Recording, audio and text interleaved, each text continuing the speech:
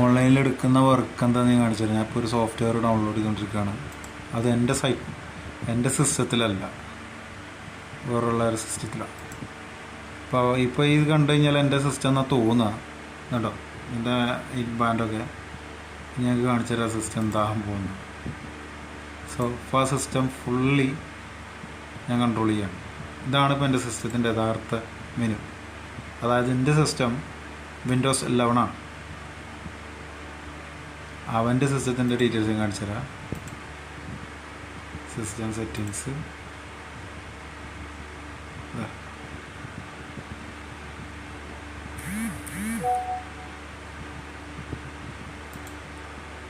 Modifying ആണ്.